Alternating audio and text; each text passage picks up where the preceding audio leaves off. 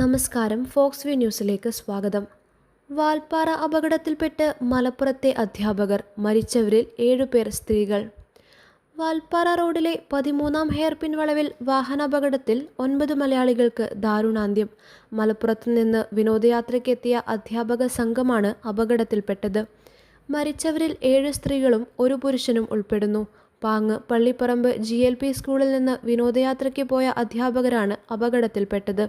അപകട സമയത്ത് വാഹനത്തിൽ ഡ്രൈവർ ഉൾപ്പെടെ 13 പേരുണ്ടായിരുന്നു എന്നാണ് വിവരം.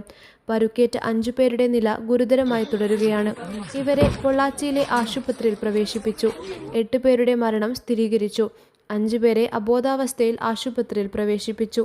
ഇതിൽ 3 കുട്ടികളുണ്ട്. അധ്യാപകരും കുടുംബവും ചേർന്നുള്ള യാത്രാസംഘമാണ് അപകടത്തിൽപ്പെട്ടതെന്നാണ് വിവരം. യാത്ര പുറപ്പെട്ടത് മലപ്പുറം കൊളത്തൂർ പോലീസ് ലിമിറ്റിൽ നിന്നുമാണ്. ഒരു ദിവസത്തെ വിനോദയാത്രയ്ക്ക് പുറപ്പെട്ടത് ഇന്ന് പുലർച്ചെ 3 മണിക്ക്.